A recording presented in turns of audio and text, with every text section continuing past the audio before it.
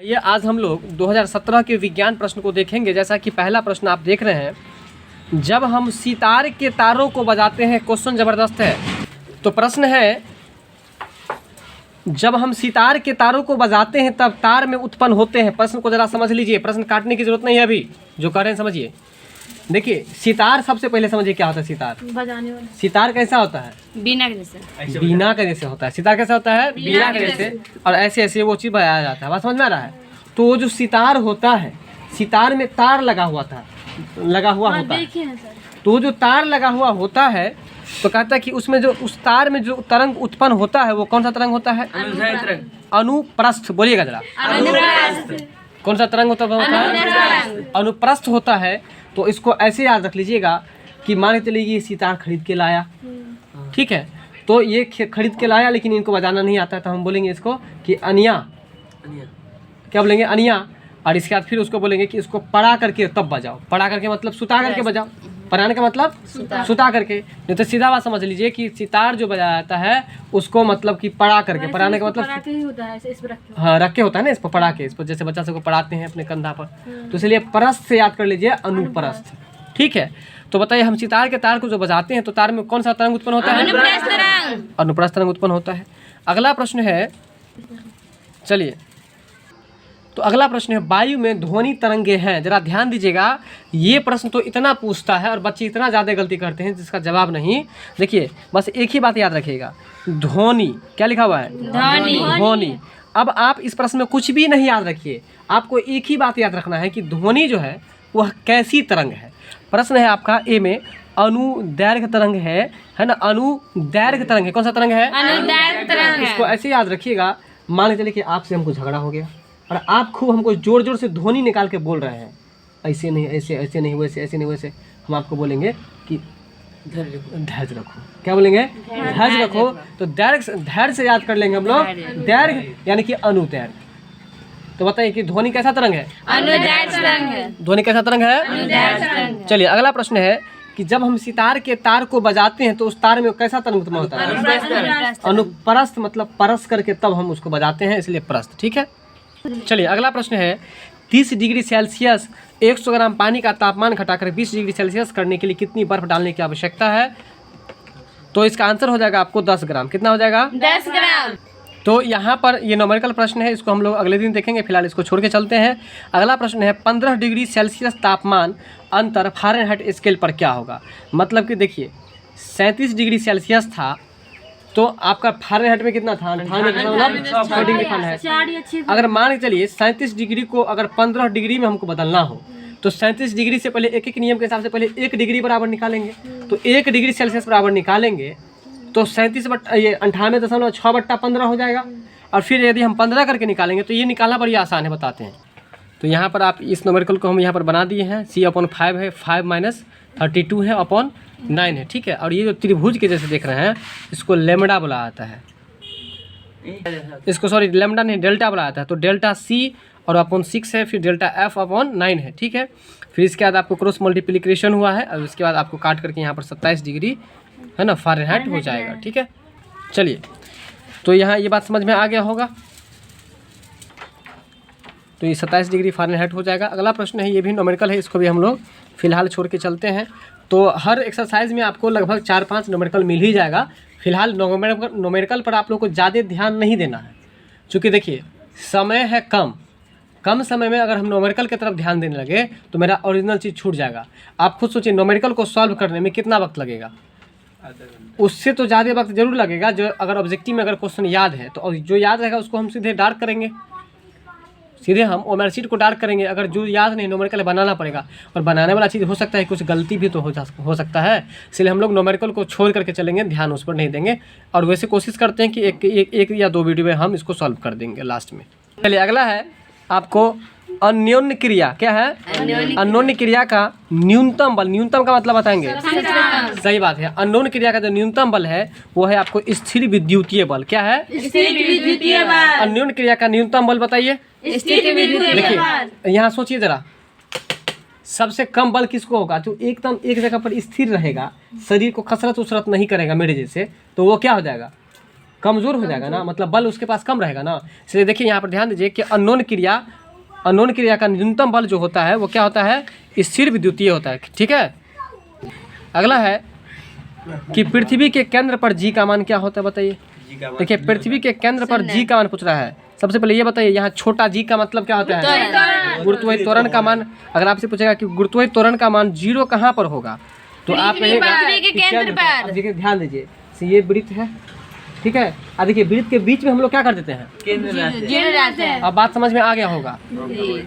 तो इसलिए वृत्त के केंद्र पर, पृथ्वी के केंद्र पर जी का मान क्या होगा, 0। हमको लगता है कि भूल भी नहीं कीजिएगा, क्योंकि जैसे हम लोग वृत्त बनाते हैं, जैसे देखिए ये वृत्त है और केंद्र यही इसका यही है, तो केंद्र देखिए बिंदु के जैसे लगता है, मतलब कि किसके जैसे, क्लियर। तो पृथ्वी के केंद्र पर जी का मान 0 होगा। अगला प्रश्न क्या है, देखिए उसको न्यूमेरिकल है, छोड़ के चलते हैं। चलिए अगला प्रश्न है, एक घड़ी की सेकंड की सुई 2 सेंटीमीटर लंबी है। एक घड़ी की सेकंड की सुई है ना। अब बताइए सबसे पहले कि 1 मिनट बराबर कितना सेकंड होता है, 60 सेकंड। और 1 घंटा बराबर कितना सेकंड होता है, 120 मिनट। 60 सेकंड बराबर 1 मिनट, तो 1 घंटा बराबर कितना होगा, 3600 सेकंड होगा ना। ठीक है, तो एक घड़ी की सेकंड की सुई 2 सेंटीमीटर लंबा है, इस सुई के शीर्ष की चाल क्या होगी। ठीक है, तो इसकी चाल होगी, अगला प्रश्न समझ गए ये वाला बात, 0.1 सेंटीमीटर प्रति सेकंड। ठीक है, अगला है, तो ये प्रश्न आप लोग बताएंगे। देखिए हम आपको पहले से बताते हैं, क्वेश्चन रहेगा लंबा लंबा, लेकिन वो प्रश्न आपको आता रहेगा। तो देखिए हम प्रश्न पढ़ते हैं, शायद आप लोग को याद, मतलब आंसर मुंह में ही होगा। क्वेश्चन है कि दांतों पर प्रकाश एकत्रित करने के लिए दांतों का डॉक्टर किस प्रकार का दर्पण का यूज करता है। बताए थे ना कि डॉक्टर जो आपका दांत देखता है कौन दर्पण का। देखिए प्रश्न को कितना ज्यादा घुमाया गया है, घुमाया कि नहीं। दांतों का डॉक्टर किस दर्पण का यूज करेगा, तो बताएंगे आप लोग कि अवतल दर्पण को और कौन सा दर्पण कहेंगे, अपसारी दर्पण, अपसारी दर्पण कहेंगे, दर्पण में है ना। और यहाँ लेंस होता था, आप अपसारी लेंस बोल देते हैं। अगला है, यहाँ ये न्यूमेरिकल है 62 नंबर, इसको छोड़ के चलते हैं। और ये 63 जो है ये भी आपको क्या है, न्यूमेरिकल है। तो बताइए कि विभवांतर का मात्रा क्या होता है, वोल्ट। चलिए आपका अगला प्रश्न है, एक विद्युतीय फ्यूज। देखिए एक विद्युतीय फ्यूज हटाइए, सीधे याद रखिए फ्यूज किस पर आधारित होता है, तो धारा के उसमें प्रभाव पर। ये आपको एमबीडी में पढ़े होंगे, नहीं 10वीं में पढ़े होंगे ये क्वेश्चन। ठीक है, तो फ्यूज किस पर आधारित होता है, धारा के उसमें प्रभाव पर। चलिए अगला प्रश्न है, निम्नलिखित में से कौन ऊर्जा का नवीकरणीय स्रोत है। बताइए, नवीकरणीय के बारे में पहले से बता दिए ना। बताइए नवीकरणीय स्रोत कहता है कि आपको कौन सा है, बताइए। लकड़ी। यहाँ इसका लकड़ी आंसर हो जाएगा। ठीक है, कोयला, प्राकृतिक गैस और पेट्रोल ये सब अनवीकरणीय का उदाहरण है। ठीक है, चलिए अगला है, निम्नलिखित को पढ़िए और सही उत्तर चुनिए। देखिए प्रश्न है आपका, कहता है एक गलत है और 2 सही है। तो जो गलत है उसको गलत में छोड़ दीजिए और जो सही है उसको सही याद कर लीजिए। तो याद कीजिए, पोजीट्रॉन इलेक्ट्रॉन का प्रतीकन है। 67 नंबर प्रश्न को अगर कुछ दिन के बाद देखेंगे तो आप लोग को ये पता नहीं होगा कि हमको सर कैसे बोले थे पढ़ने के लिए। इसीलिए आप लोग को बताते रहते हैं कि पहले वीडियो देख लो फिर याद करो। जैसे कि इसमें देखिए हम एक बात बता रहे हैं, इसमें ना क्वेश्चन पढ़ना है ना एक वाला पढ़ना है केवल ये वाला कि पोजीट्रॉन इलेक्ट्रॉन का प्रतीकन है। बस इतना ही आपको याद करना है। इतना बात क्या याद करना है, पोजीट्रॉन इलेक्ट्रॉन का प्रतीकन है। अगला है, ऊर्जा का ह्रासित हो रहा है। ह्रासित मतलब बताएंगे आप लोग, खत्म हो रहा है, कम हो रहा है या खत्म हो रहा है। ठीक है, तो ऊर्जा जो कम हो रहा है उसका कारण क्या है, जीवाश्म ईंधन। ऊर्जा जो कम हो रहा है उसका कारण क्या है, जीवाश्म ईंधन के कारण से ऊर्जा खत्म होता जा रहा है। ठीक है, तो बताएंगे आप लोग कि ये जो जल लिखा है ऑप्शन में, जल किन किन तत्वों से मिलकर बनता है। अगला है, वायु प्रदूषण के कारण फोटो रासायनिक ऑक्सीकरण निर्माण में सम्मिलित है ना। देखिए वायु प्रदूषण के कारण से फोटो रासायनिक ऑक्सीकारक निर्माण में सम्मिलित है, मतलब कौन कौन सम्मिलित है प्रश्न पूछ रहा है। देखिए प्रश्न पूछ रहा है वायु प्रदूषण के कारण, इसको कट कर दीजिए। फोटो रासायनिक ऑक्सीकारक, याद रखिएगा फोटो रासायनिक ऑक्सीकारक का जो निर्माण होता है उसमें क्या क्या शामिल है।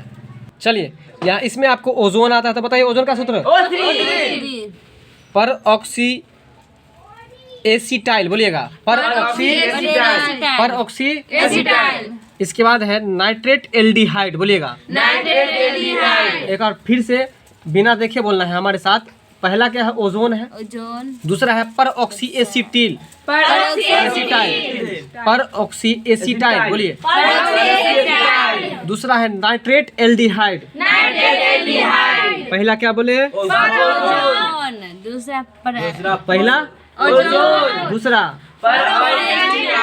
पर ऑक्सी एसिटल एसिटाइल, पर ऑक्सी एसिटाइल। फिर से बोलिए। एसिटाइल। तीसरा है नाइट्रेट एल्डिहाइड, बोलिएगा। Nitrate aldehyde. तीनों बोलिए आप लोग।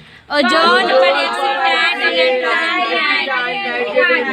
देखिए पहले सबसे पहले ओजोन है, पर ऑक्सी एसिटाइल है, इसके बाद आपको तीसरा होता है नाइट्रेट एल्डिहाइड है। ठीक है, तो ये सब जो है आपको फोटो रासायनिक ऑक्सीकारक निर्माण में शामिल होता है। ठीक है, चलते हैं अगले प्रश्न पर।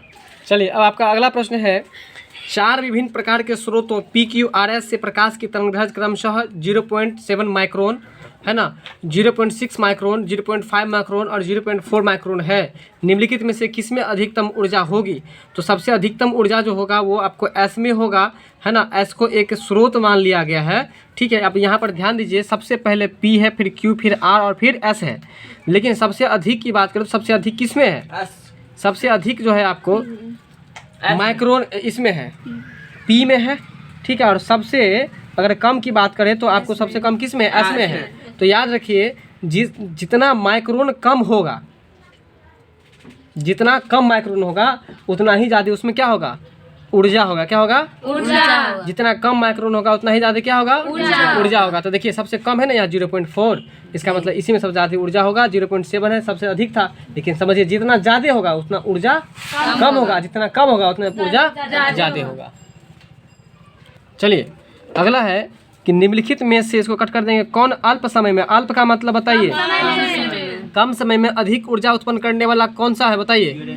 नाभ के संलयन। अरे भाई वैसे भी तो सूर्य से ऊर्जा जो निकलता है नाभ के संलयन से ना। ठीक है, तो कम समय में अधिक ऊर्जा उत्पन्न कर सकता है कौन? नाभ के संलयन। इसके बाद है कि निम्नलिखित ग्रहों में से कौन सूर्य के चारों ओर एक चक्कर लगाने में न्यूनतम समय लेता है? याद रखिएगा, बुध जो है ना केवल आपको जो है, ठीक है। अब यहाँ पर ध्यान देने की बात है,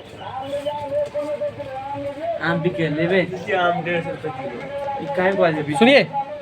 चलिए तो ये आपको बुध जो है आपको 88 दिन में आप सूर्य की परिक्रमा करता है, या याद रखिए 90 दिन में भी कर सकता है। कभी 88 इसका आंसर दिखाई पड़ेगा आपको, तो कभी 90 दिन। तो आप याद रखिएगा सबसे कम समय में जो सूर्य का परिक्रमा करता है वो कौन सा ग्रह करता है? बुध करता है। और ये एक बात और याद रखिएगा कि सबसे छोटा ग्रह कौन सा है? बुध है। बलय युक्त ग्रह कौन सा है? शनि। याद रखिएगा, बलय युक्त ग्रह कौन सा है? प्लूटो को बौना ग्रह कहता है। याद रखिएगा, प्लूटो को कौन सा ग्रह कहता है? बौना ग्रह कहता है। और ये प्लूटो को जो है अब क्या कर दिया गया है, तो ग्रहों की श्रेणी से उसको हटा दिया गया। कब हटा दिया गया? 2006 ईस्वी में। कब हटा दिया गया? 2006 ईस्वी में। अगला है कि सबसे बड़ा ग्रह जो है कौन सा है? बृहस्पति। सबसे बड़ा कहेगा तो बृहस्पति, ब से बड़ा, और छोटा कहेगा तो छोटा आदमी बुद्धू होगा, इसलिए बुद्धू। सबसे छोटा ग्रह, सबसे बड़ा ग्रह बृहस्पति। अगला है, पृथ्वी अपने अक्ष पर किस प्रकार से चक्रण करती है? हम आपको ट्रिक बताए थे, दीदी को पता होगा। पृथ्वी तो पप्पू, बोलिएगा, पृथ्वी तो पप्पू। क्या होगा? चलिए अगला है, जब वाष्प गर्म कोक के ऊपर से गुजरती है, जब वाष्प मतलब भाप गर्म कोक के ऊपर से गुजरती है तो कौन सा क्या उत्पन्न होता है? बताइए। जल गैस। क्या उत्पन्न होता है? जल गैस। इसमें प्रश्न याद रखना पड़ेगा, प्रश्न को पढ़िए, प्रश्न को पढ़िए। जब वाष्प गर्म कोक के ऊपर से गुजरती है तब क्या उत्पन्न होता है? जल गैस उत्पन्न होता है। अच्छा, ऑप्शन ए में है प्रोड्यूसर गैस, इसका मतलब बताइए, प्रोड्यूसर गैस में क्या क्या चीज होता है? CO plus N2O। ठीक है, CO प्लस N2O। अगला है, हमारे देश में मौसम की जो भविष्यवाणी की जाती है कि कल वर्षा होगा, कल धूप रहेगा, कल टेम्परेचर इतना रहेगा, वो जो आपको कौन बताता है? तो वह आपको उपग्रह बताता है, सैटेलाइट जिसको अंग्रेजी में बोलते हैं। तो उस सैटेलाइट का नाम क्या है? तो बोलिए इनसेट 1B, बोलिएगा। इनसेट 1B। यानी कि अगर कल वर्षा होगी या कल कुछ भी होगा मौसम से संबंधित, तो वो आपको किस उपग्रह से पता चलता है? इनसेट 1B। देखिए उपग्रह को ऊपर में जाकर के सेट किया आता है ना, इसलिए इनसेट 1B। अगला प्रश्न है आपका, यदि N2 तो L के सभी मानों की संख्या क्या होगी? ठीक है, तो n बराबर 2 है तो l के सही मानों की संख्या क्या हो जाएगी 2 ही रहेगा। देखिए n बराबर यदि 2 होगा तो l के सही मानों की संख्या क्या होगी 2 ही होगा। अगला प्रश्न है एक तो जिसकी परमाणु संख्या 17 है, याद रखिएगा जिसकी परमाणु संख्या 17 है तो 17 में उसकी संयोजकता कितनी होगी तो 7 होगी।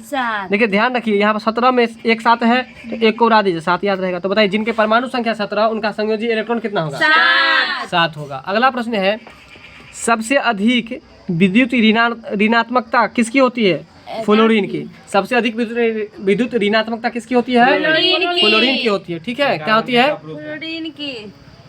चलिए अगला प्रश्न है कि निम्नलिखित का इलेक्ट्रॉनिक विन्यास नियोन की तरह है। ध्यान दीजिए अगर कहेगा कि Mg+2 देखिए Mg2+ यानी कि नियोन के जैसे ही इलेक्ट्रॉनिक विन्यास किसका है Mg2+ का है। किसका है Mg2+ का है। ठीक है एक विन्यास कहता है। देखिए निम्नलिखित में से कट कर दीजिए यानी कि आपको पूछ रहा है कि नियोन की तरह किसकी इलेक्ट्रॉनिक विन्यास है। हाँ नियोन की तरह किसकी इलेक्ट्रॉनिक विन्यास है Mg+2 का किसका। अगला है कहता है कि इस आयन का आकार परमाणु से कम है। कहता है इस आयन का जो आकार है वो इसके परमाणु से कम है। तो किस आयन का आकार परमाणु से कम है Ca2+ का। Ca2+ का जो आकार है वो परमाणु से क्या है कम है परमाणु से कम है। बताइए कि किसका इलेक्ट्रॉनिक विन्यास नियोन की तरह है Mg2+ का। और किस आयन का आकार परमाणु से कम है अगला प्रश्न है इस यौगिक में दोनों आयनिक और सहसंयोजी बंधन विद्यमान है। कहता है ऐसा कौन सा यौगिक है जिसमें आयनिक और सहसंयोजिक बंधन दोनों विद्यमान है। तो बताएंगे आप लोग विद्यमान का मतलब क्या होता है।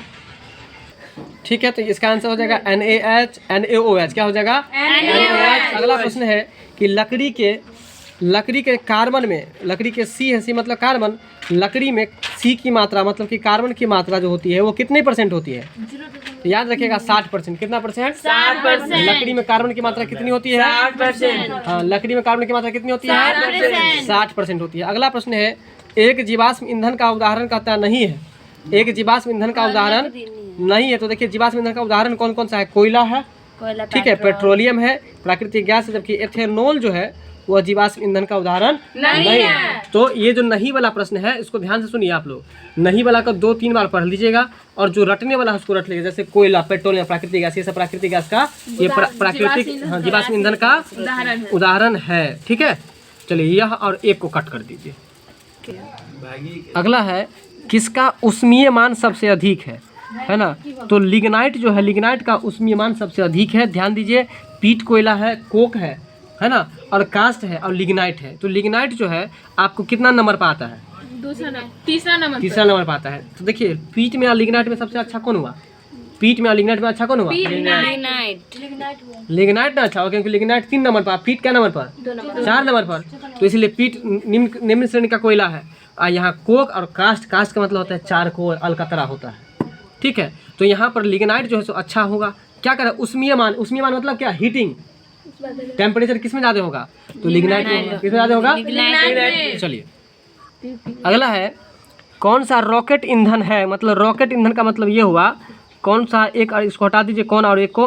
रॉकेट में आपको जैसे आप जो बाइक चलाते हैं तो उसमें क्या चीज़ डालते हैं आप उसी तरह से कहता है कि रॉकेट जो चलता है वो क्या चीज़ पर चलता है मिथाइल हाइड्रोजन पर। किस पर मिथाइल हाइड्रोजन पर। याद रखिएगा कि रॉकेट जो चलता है उसके लिए कौन सा ईंधन चाहिए मिथाइल हाइड्रोजन है ना मिथाइल हाइड्रोजन यानी कि रॉकेट का ईंधन क्या है मिथाइल हाइड्रोजन। ठीक है अगला है यह सबसे बुरा का मतलब सबसे खराब चालक कौन सा है। तो देखिए आप ध्यान दीजिए यह विद्युत का चालक है सबसे अच्छा पकड़ में आ जाएगा। Cu मतलब कॉपर मतलब तांबा। विद्युत में जब भी बिजली लगाते हैं हम लोग तो सबसे पहले कौन तार का प्राथमिकता हम ज़्यादा देते हैं तांबा को क्योंकि वो इसलिए देते प्राथमिकता उसको क्योंकि वो अच्छा होता है वो जल्दी जंग नहीं लगता उस पर जल्दी खराब नहीं होता है जल्दी शॉर्ट सर्किट नहीं करता है। तो सबसे अच्छा कौन हुआ Cu। उसके बाद क्या हुआ लोहा क्योंकि लोहा का एक अंतर है जंग भी लगता है तो टूट भी जाता है। अच्छा इसके बाद है एल्युमिनियम का तार और जल्दी खराब हो जाता है। लेकिन सबसे खराब की अगर बात करें तो सबसे खराब होगा पी क्योंकि पी भी मतलब शीशा में करंट पास करेगा। इसलिए याद रखिए कि सबसे बुरा उष्मा चालक कौन सा है यहाँ उष्मा की बात हो रही थी सबसे बुरा उष्मा चालक कौन सा है तो पीबी है। यहाँ अगर उष्मा की भी बात हो रही तो बात बराबर है। मान के चलिए एक लोहा लीजिए आप यहाँ पर आग लगा दीजिए और लोहा को यहाँ पर रखिए, लेकिन आपको थोड़ा देर बाद पता चलेगा कि यहाँ बहुत ज़्यादा टेम्परेचर हो गया है। इसका मतलब क्या है, लोहा इसमें किस विधि से चालू से, ठीक है। तो उसी तरह से आपको लोहा में तो होता ही है, तांबा में भी होता है और एल्युमिनियम भी होता है, लेकिन शीशा में अगर शीशा को आग में ऐसे पकड़िए तो नहीं जलेगा आपको, बात समझ में आ रहा है। तो इसलिए थोड़ा देरी से जलता भी, पास भी करता भी है तो बहुत कम की मात्रा में, ठीक है। तो बताइए सबसे बुरा उष्मा चालक कौन सा है? शीशा। अगला है O2। O2 का मतलब ऑक्सीजन। ऑक्सीजन के प्रति कौन न्यूनतम क्रियाशील है? देखिए सबसे कम क्रियाशील जो है वो आपको कॉपर है, और कॉपर के बारे में तो बिल्कुल याद रहेगा क्योंकि कॉपर में जल्दी पानी भी पड़ता है, फिर भी आपको जो है तो जल्दी जंग उसमें नहीं लगता है। तो याद रखिएगा कि O2 के प्रति, O2 मतलब क्या हो? ऑक्सीजन, हवा, और हवा के प्रति सबसे कम क्रियाशील कौन सा है? Cu है। हवा के प्रति सबसे कम क्रियाशील कौन सा है? Cu का फुल फॉर्म कॉपर। कॉपर का हिंदी तांबा। कॉपर का हिंदी तांबा। और जिंक का हिंदी जस्ता। आपका 88 नंबर जो है ये आपको न्यूमेरिकल है। अगला प्रश्न है कौन सबसे ज़्यादा चमकीली धातु है? देखिए सबसे चमकीली जो है वो आपको आई, और आई से होता है आयोडीन। आई से क्या होता है? आयोडीन। आयोडीन नमक जो आप खाते हैं वो ज़्यादा चमकता है क्या? नहीं चमकता। इसलिए याद रखिए कि सबसे चमकीली अधातु अगर पूछेगा क्या है? अधातु, धातु नहीं है, अधातु। तो सबसे चमकीली अधातु कौन सा है? आयोडीन है। सबसे चमकीली अधातु क्या है? आयोडीन। अगर आपसे पूछा आप जो नमक खाते हैं वो धातु है क्या अधातु? याद रखिएगा। और आप तो पढ़े हैं, क्वेश्चन पढ़े 10वीं क्लास में कि धातु और धातु में क्या अंतर है? तो धातु में चमक होती है, धातु भंगुर नहीं होता है, ठीक है। हाँ बात समझ गए, तो वही बात है। तो सबसे हाँ बहुत अच्छा। चलिए तो यहाँ पर कहता है चमकीली अधातु कौन सा है? चमकीली आयोडीन है। मतलब नमक चमकता है कि नहीं चमकता है? नमक नहीं चमकता है। चमकीली अधातु पूछ रहा था, चमकीली अधातु आयोडीन हो जाएगा। बात समझ में आ रहा है। अगला प्रश्न है किस अयस्क का भर्जन क्या आता है? याद रखिए। देखिए पहले पढ़े थे निस्तापन वाला, पढ़े थे उस दिन, याद है? किस अयस्क का निस्तापन क्या आता है बताइए आप लोग? Zinc, copper. चलिए तो किस अयस्क से भर्जन क्या आता है? देखिए भर्जन जो है आपको बॉक्सिंग से क्या आता है? किससे क्या आता है? बॉक्साइट से क्या आता है? किस अयस्क से भर्जन क्या आता है? बॉक्साइट से क्या आता है, ठीक है। अगला प्रश्न है कौन एक Fe का कार्बोनेट अयस्क है? ठीक है, कौन एक, इसको हटा दीजिए। Fe मतलब लोहा, और लोहे का अयस्क पूछ रहा है तो CD राइट। तो आप लोग तो पढ़वे किए हैं, है ना। Fe का कार्बोनेट अयस्क जब पूछेगा, कौन अयस्क? महत्वपूर्ण बात इसमें कार्बोनेट है, कार्बोनेट लगा दिया इसलिए इसका आंसर CD राइट हो जाएगा। अगर कार्बोनेट नहीं लगाता तो Fe मतलब लोहा, लोहा का अयस्क क्या होता है? Hematite, magnetite, limonite. लेकिन CD राइट जो है यह भी एक अयस्क है, लेकिन कैसा अयस्क है? कार्बोनेट अयस्क। कैसा अयस्क है? चलिए अगला प्रश्न है जब यह गैस गलित कॉपर से निष्कासित होती है तो फफोलेदार कॉपर बनता है। कहता है जब यह गैस गलित कॉपर से निष्कासित होती है तो यह फफोलेदार कॉपर बनता है। तो वह कौन सा गैस है? SO2 है। क्या है? SO2। अगला है ब्रॉन्ज। देखिए ब्रास लिखा है, और ब्रास में क्या होता है बताइए? यहाँ पर आप समझिए, यहाँ पर ऑप्शन में कुछ भी नहीं दिया है, लेकिन ब्रास मतलब होता है तांबा, सॉरी पीतल। क्या होता है? ब्रास मतलब पीतल। और पीतल में आपको Cu होता है, मतलब कॉपर होता है 60%, और जिंक होता है 40%। याद रखिएगा। ब्रास का मतलब पीतल, ब्रास का मतलब पीतल, BRASS ब्रास। और ब्रास का मतलब पीतल होता है, और पीतल में क्या सब होता है? Cu 60% और Zn कितना होता है? 40%। ठीक है। अगला प्रश्न है कि जल में काफ़ी घुलनशील है। देखिए मतलब जल में काफ़ी घुलने वाला क्या है? यही था Na2CO3 सोडियम बाइकार्बोनेट। Na2CO3 क्या है? Sodium bicarbonate. चलिए अगला प्रश्न है, अगला है वाटर ग्लास कहलाता है। वाटर ग्लास किसको कहेंगे? Na2SiO3। Na2SiO3 वाटर ग्लास किसको कहेंगे? Na2SiO3 किसको कहेंगे? Na2SiO3। बोलिए Na2SiO3। चलिए अगला प्रश्न है कौन सा कहता है कि सही नहीं है? तो देखिए सही आपको ये जो ऑप्शन ए है वो सही नहीं है, ये सब सही है, ठीक है। 2 मेथिल ब्यूटेन है ना, आइसोब्यूटेन और 2 मेथिल प्रोपेन, ये मतलब जबकि 2 जो इसमें लगा ये सही है और आइसोब्यूटेन सही है, लेकिन ये 3 लगा कर जो है मेथिल ब्यूटेन ये आपको गलत है, ठीक है। चलिए अगला है किसका क्वथनांक जो है वो सर्वोच्चतम है? क्वथनांक मतलब समझते ही हैं, ठीक है। क्वथनांक सर्वोच्चतम मतलब सबसे ऊंचा किसका है? C6H14 का। किसका है? C6H14। किसका क्वथनांक सर्वोच्चतम है? C6H14 का। किसका क्वथनांक सर्वोच्चतम है? C6H14 का है। अगला प्रश्न है यह गैस कोयले के खदानों में 80% तक मात्रा में होती है। कहता है कौन सा गैस है जो कोयले के खदान में, कोयले का खदान मतलब समझते हैं ना, कोयला का फैक्ट्री जहाँ कोयला से अंदर से निकलता है वहाँ पर आपको 80% लगभग वो गैस पाया जाता है। कौन सा गैस? मीथेन। कोयला के खदान में मीथेन गैस पाया जाता है, याद रखिएगा आप लोग। कौन सा गैस पाया जाता है? Methane gas. तो बताइए मीथेन का और कौन सा गैस का आता है? आइए, एक गैस के 1 मोल के साथ Br2 के 2 मोल जुड़ गए तो वह कौन सा गैस है? ठीक है, इस प्रश्न को याद रखना पड़ेगा। एक गैस के 1 मोल के साथ Br2 के 2 मोल जुड़ गए तो ये इसका मतलब यह कौन सा गैस है? यह आपको प्रोपायन गैस है। कौन सा गैस है? प्रोपायन गैस है। अगला है सीरे यानी कि मोलासेस में लगभग 30% यह होता है, क्या होता है? सुक्रोज होता है। ठीक है, क्या होता है? सुक्रोज होता है। ठीक, तो हमारा क्लास यहीं पर एंड होता है। मिलते हैं अगली वीडियो में।